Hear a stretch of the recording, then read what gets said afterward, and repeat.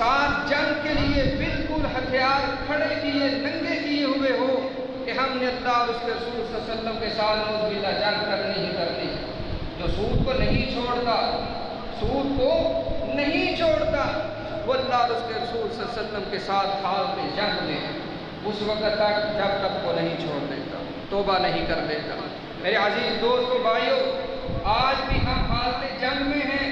من حیث القوم، بحیثیت قوم، ہماری ساری معیشت جو ہے وہ سودی نظام کے اوپر ہے، اور آج ہمارا حال دیکھ لیجیے۔ سود جو ہے وہ مال کو بڑھاتا نہیں ہے، ظاہری طور پر محسوس ہوتا ہے مال بڑھ رہا ہے،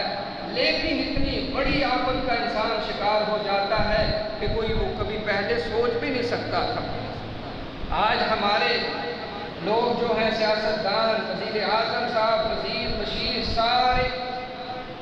بھاگے جا رہے ہیں کورٹ کے اندر، عدالت کے اندر۔ عدالت کا آرڈر آیا ہے کہ سود کو ختم کیا جانا چاہیے۔ ہم مسلمان ہیں، لا الہ الا اللہ کی بنیاد پر یہ وطن بنا تھا، اور یہ حجۃ الوداع کے موقع پر رسول اللہ صلی اللہ علیہ وسلم نے یہ پیغام دیا تھا کہ لوگوں، آج کے بعد سارے سودی لین دین معاملات ختم کرتا ہوں، اور سب سے پہلے میں محمد صلی اللہ علیہ وسلم اپنے خاندان کا سود جو ہے وہ اس کو ختم کرنے کا اعلان کرتا ہوں۔ اپنی ذات کو پہلے پیش فرمایا۔ تو عزیز دوستو بھائیو، اس وقت تک ہماری معیشت بہتر قطعاً نہیں ہو سکتی، ہمارے معاملات بہتر نہیں ہو سکتے جب تک ہماری معیشت سے یہ جو حرب کا سامان حرب ہے، یہ اسلحہ جو ہم لہرا رہے ہیں اللہ اور اس کے رسول صلی اللہ علیہ وسلم کے خلاف، سود والا، اس کو ہم نہیں پھینکتے، نہیں ختم ہو سکتے ہمارے حالات کا یہ خطرناک ہونا، گمبھیر حالات۔ تو اس لیے فرمایا کہ سود کو میں ختم کرتا ہوں، آج ہمیں بھی ختم کر دینا چاہیے۔ پھر فرمایا وہ سب کا سب جو سود ہے میرے چچا عباس بن عبد المطلب کا، وہ میں ختم کرنے کا اعلان کرتا ہوں۔ عورتوں کے بارے میں اللہ سے ڈرتے رہیے، کیونکہ تم نے ان کو اللہ کا عہد دے کر حاصل کیا ہے، اور تم نے اللہ کے کلمے کی بدولت ان سے نکاح کیا، ان کو تمہارے اوپر حلال کی گئی ہے۔ یعنی عورتوں کے معاملات میں ڈرتے رہنا، اللہ سے زیادتی نہ کرنا۔ اگر قرآن پاک میں یہ آیت آئی ہے الرجال قوامون علی النساء، کہ آدمی جو ہے وہ قوی ہے عورتوں پر،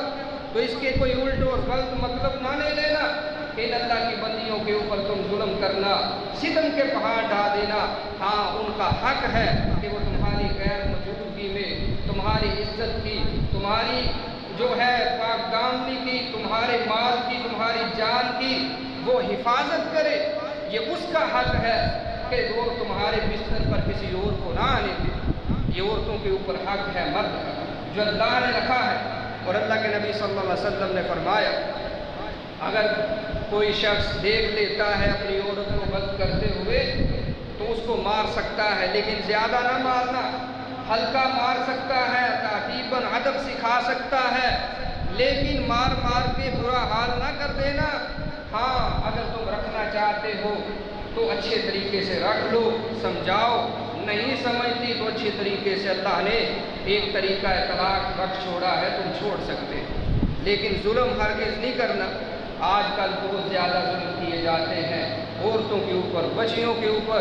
الامان والحفیر ہے، حتیٰ کہ ان اللہ کی بندیوں کے اوپر غصے میں آ کر کے خامد اور خامد کے گھر والے اس قدر ظلم ستم کر ڈالتے ہیں کہ چہروں کے اوپر تذاب ہی پھینک دیتے ہیں، جلا دیتے ہیں، قتل کر دیتے ہیں۔ کسی صورت بھی عورت کو قتل نہیں کیا جا سکتا۔ اگر کوئی عورت یا لڑکی بچی گھر سے بھی بھاگ گئی ہے تو آپ اپنا رشتہ ناتا اس سے ختم کر سکتے ہیں، لیکن شریعت کے اندر اس کی سزا قتل نہیں ہے کہ غیرت میں آ کے قتل کر دیا ہے۔ پہلے غیرتیں کہاں ہوتی ہیں؟ جب تربیت کا وقت ہوتا ہے تب تربیت سے غفلت اتنی برتی جاتی ہے، اپنا بچہ سمجھا ہی نہیں جاتا۔ اپنی چیز کی تو انسان حفاظت کرتا ہے، تربیت کرتا ہے، لیکن جب جو ہے پانی سر سے گزر جاتا ہے تو پھر ہمیں غیرت یاد آتی ہے، پھر ہمیں شرم آتی ہے، پھر ہم حیا کا تقاضا سمجھتے ہیں کیا ہے۔ نہیں، یہ سراسر ناانصافی ہے، ظلم ہے۔ اگر اس نے غلط کیا ہے اللہ کی بارگاہ سے سزا پائے گی، اگر صحیح کیا ہے تو پھر صحیح ہے۔ بہرحال آپ سے نہیں پوچھا جائے گا، تو ان اللہ کی بندیوں کو قتل و غارت کا جو ہے وہ ان کے اوپر نہ کیجئے۔ پھر فرمایا اے لوگو، ان کے اوپر جو ہے تمہارا حق تمہیں یہی ہے، ان کے جو حقوق ہیں عورتوں کے مناسب ان کو لباس پہناؤ، جو خود کھاتے ہو اپنے گھر والوں کو کھلاؤ، جو خود پہنتے ہو ان کو پہناؤ۔ یہ نہ ہو کہ گھر کے اندر جو ہے وہ ایک وقت کی نہ دو یا دال روٹی ہر وقت چلتی رہے اور باہر جا کر کے آپ اپنے جو ہے وہ مرغن غذائیں کھاتے رہو، اور ہزاروں کا بل جو ہے وہ تمہارے سامنے آتا رہے اور ان کو پوچھو بھی نہ۔ تو اللہ کے نبی صلی اللہ علیہ وسلم نے برابری کا سبق دیا ہے، جو خود کھاؤ ان کو کھلاؤ، جو خود پہنو ان کو پہناؤ۔ یہ حجۃ الوداع کے موقع پر رسول اللہ صلی اللہ علیہ وسلم فرما رہے ہیں، یہ تعلیمات ہیں آپ کی۔ پھر فرمایا لوگوں میں تمہارے اندر دو چیزیں چھوڑ کر جا رہا ہوں، اگر تم نے ان کو مضبوطی سے پکڑے رکھا، تھامے رکھا، تو پھر کبھی بھی تم گمراہ نہیں ہو سکتے۔ اگر ان کو چھوڑ دیا تو گمراہی تمہارا مقدر ہے، لعنت تمہارا مقدر ہے، پھر تم ذلیل ہو جاؤ گے کائنات کے اندر، تمہارا کوئی پرسان حال نہیں ہوگا۔ ایک اللہ کی کتاب ہے اور دوسرا اللہ کے نبی صلی اللہ علیہ وسلم کی دی ہوئی سنت، اور دوسری حدیث کے الفاظ ہے کہ لازم پکڑو اللہ کی کتاب کو اور میرے اہل بیت کو، اہل بیت کے ساتھ ظلم نہ کرنا، ناانصافی نہ کرنا، ان سے دشمنی مول نہ لینا۔ گویا کہ اگر کوئی بندہ اہل بیت کے ساتھ جو اللہ کے نبی صلی اللہ علیہ وسلم کا گھرانہ ہے ان کے ساتھ دشمنی کرتا ہے، گویا کہ وہ میں محمد رسول اللہ صلی اللہ علیہ وسلم کو تکلیف پہنچاتا ہے، میرے ساتھ دشمنی کرتا ہے۔ اس لیے میں تمہیں جاتے جاتے تنبیہ کر رہا ہوں۔ آپ کی اس تقریر کو ربیہ بن امیہ بن خلف اپنی بلند آواز سے لوگوں تک سامع بن کر پہنچا رہا تھا، مکبر بن کے۔ جس طرح ہمارے ہاں لائنیں زیادہ ہو جائیں، تعداد زیادہ ہو جائے تو ایک آدمی مکبر بن جاتا ہے، تو یہ شرف جو ہے اللہ کے نبی صلی اللہ علیہ وسلم کے مکبر بننے کا، یہ آیا تھا ربیہ بن امیہ بن خلف کا۔ یہ امیہ بن خلف تو بہت بڑا دشمن رسول صلی اللہ علیہ وسلم تھا، لیکن دیکھیے بیٹا صحابی رسول ہے اور اللہ نے کس شرف سے نوازا ہے۔ پھر آپ صلی اللہ علیہ وسلم نے فرمایا کہ سامعین نے عرض کی، آپ نے جب پوچھا تھا کہ بتاؤ، میں نے تمہیں بتا دیا ہے جو کچھ میرے ذمہ تھا کہ نہیں، تبلیغ کا حق ادا کیا ہے کہ نہیں کیا، حل بلغتُ، میں نے پہنچایا کہ نہیں، تو سب نے یک زباں ہو کر یکجا ہو کر کے فرمایا اللہ کے رسول صلی اللہ علیہ وسلم ہم گواہی دیں گے، جب بھی ضرورت پڑی گواہی دینے کی آپ کے بارے میں کہ آپ نے دین پہنچانے کا حق ادا کر دیا ہے، امانت ادا کرنے کا حق ادا کر دیا ہے، لوگوں کی خیر خواہی کرنے کا آپ نے حق ادا کر دیا ہے۔ آپ سے بہتر ہم نے کوئی مبلغ نہیں دیکھا، دین پہنچانے والا۔ جس قدر لوگوں کی خیر خواہی ہم نے آپ کے اندر دیکھی ہے، لوگوں کو جہنم سے بچانے کی خیر خواہی، جنت کے اندر داخل کروانے کی خیر خواہی آپ میں دیکھی ہے ہم نے، اس سے پہلے نہ اس کے بعد کبھی کسی کے اندر دیکھی نہیں۔ تو پھر اللہ کے نبی صلی اللہ علیہ وسلم نے اپنی انشد شہادت جو ہے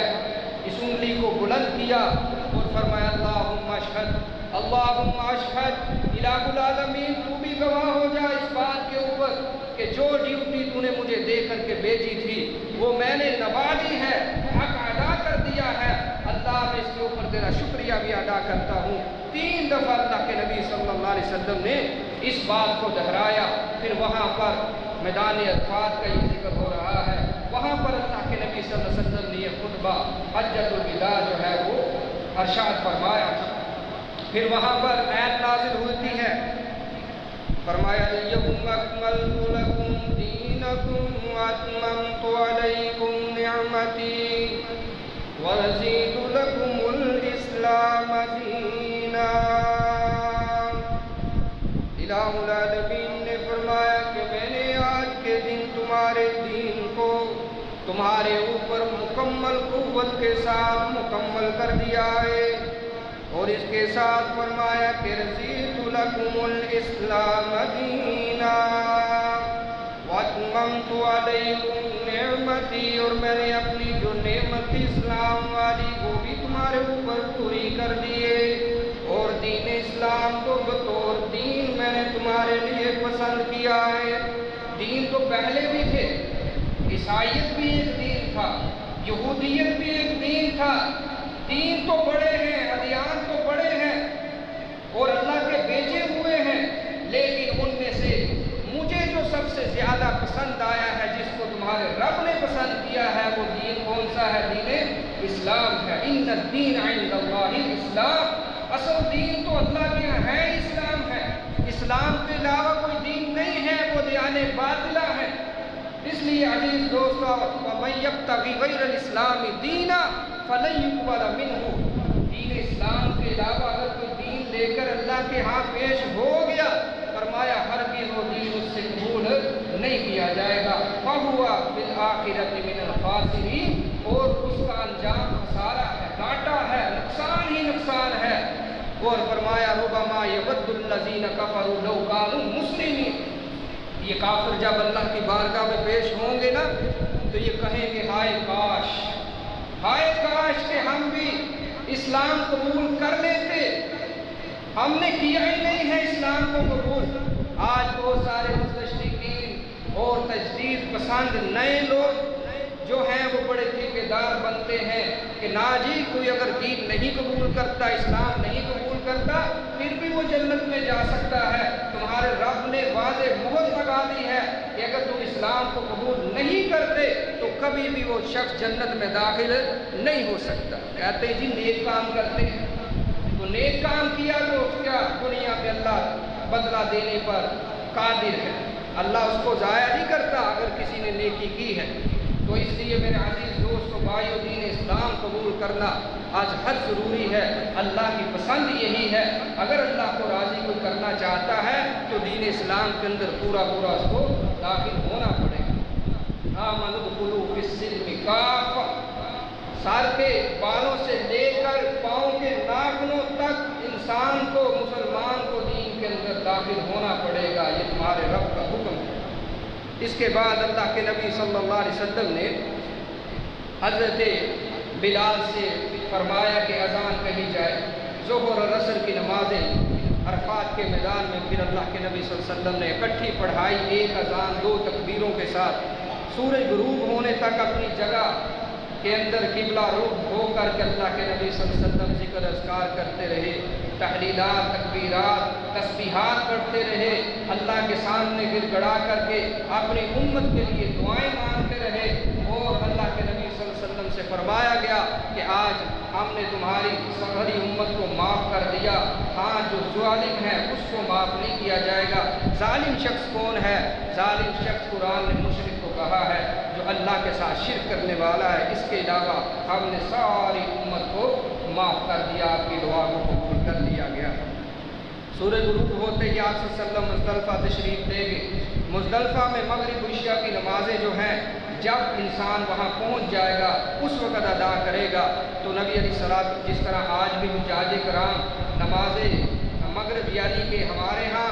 یا وہاں مقامی وقت جب سورج غروب ہونے کا وقت ہوگا تو وہاں سے مزدلفہ کی طرف نکلنا شروع ہو جائیں گے، اور وہاں جا کر کے پھر عشاء مغرب کی اکٹھی جو ہے وہ نماز ادا کی جائے گی۔ اس کے بعد اگلا دن آ جاتا ہے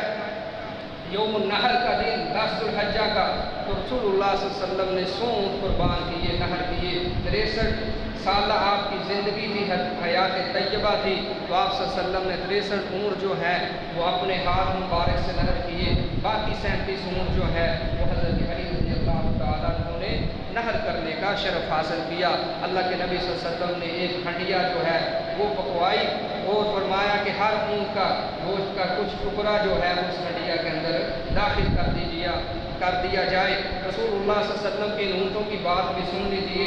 اللہ کے نبی صلی اللہ علیہ وسلم کے بارے میں، ان اونٹوں کے بارے میں مؤرخین، مفسرین، محدثین لکھتے ہیں کہ ہر اونٹ جو تھا وہ بالکل تیار تھا اور اس کی چاہت محسوس ہوتی تھی کہ پہلے اللہ کے نبی اپنے ہاتھ سے مجھے نحر کریں، یہ شرف مجھے پہنچے۔ تو آپ صلی اللہ علیہ وسلم کو نے ہر اونٹ کا ایک حصہ کٹوایا اور اس ہنڈیا کے اندر جو ہے